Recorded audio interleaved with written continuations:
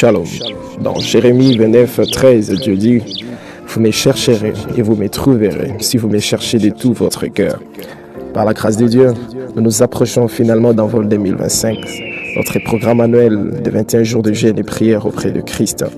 À partir du 10 février jusqu'au 2 mars 2025, chaque mercredi, jeudi et vendredi de 16h30 à 18h45, nous nous rassemblerons comme un seul homme pour chercher la face de Dieu à l'église Vie de Gloire.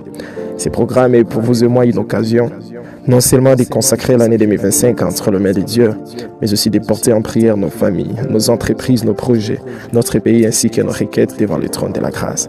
Ceci est pour moi une invitation pour vous tous. Rejoignez-nous, venez avec soif, Dieu vous attend. C'est pourquoi nous devons d'autant plus nous attacher aux choses que nous avons attendues, de peur que nous ne soyons pas emportés loin d'elles. Quelles sont ces choses auxquelles nous avons attendu? Les choses auxquelles nous avons attendu fait allusion au message de l'évangile, fait allusion à la parole que nous avons reçue, fait allusion au message de l'évangile.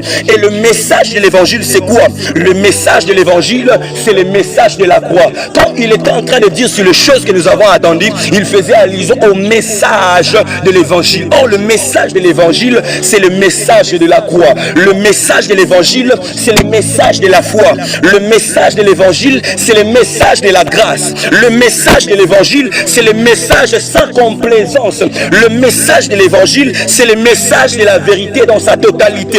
Le message de l'évangile, c'est le message de la parole faite chair. C'est pourquoi nous devons d'autant plus s'attacher. Quand tu ne t'attaches pas au message du salut, sache-le bien, cela va t'écarter loin de celui qui t'a libéré. Le message du salut, c'est le message de la croix. Attache-toi au message de la croix. Les choses auxquelles nous avons entendu. On nous a parlé de Jésus. On nous a parlé du salut dans le nom de Jésus. On nous a parlé de ces messages de vérité. On nous a prêché ces messages de la vérité dans sa totalité. Pourquoi échapperions-nous en négligeant ces si grands salis? Ce n'est pas seulement un salut, mais c'est un si grand salut. Ce n'est pas un salut à prendre à la légère. Le plus important n'est pas seulement d'accepter le message de la croix, mais le plus important, c'est de le vivre et de l'expérimenter. Sache-le bien que dans le chemin du salut, tu rencontreras les tentations.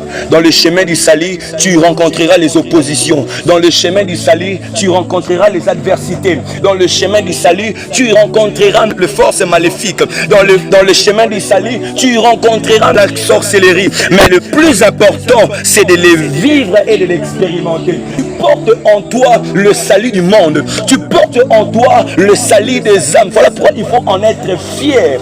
Et non seulement de le recevoir, de l'accepter. Non seulement d'accepter ces messages, mais de vivre ces messages, mais aussi d'expérimenter ces messages.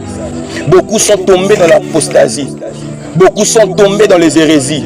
Beaucoup sont tombés dans les doctrines des démons. Beaucoup sont tombés, je ne sais pas, dans le péché. Pourquoi? Parce qu'il n'y avait pas une résistance. Le message du salut doit trouver en toi une résistance. Et cette résistance, tu l'auras par la prière. Cette résistance, tu l'auras par le jeûne. Cette résistance, tu l'auras par les abstinences. Cette résistance, tu l'auras par des disciplines que tu vas t'imposer durant ces 21 jours de prière.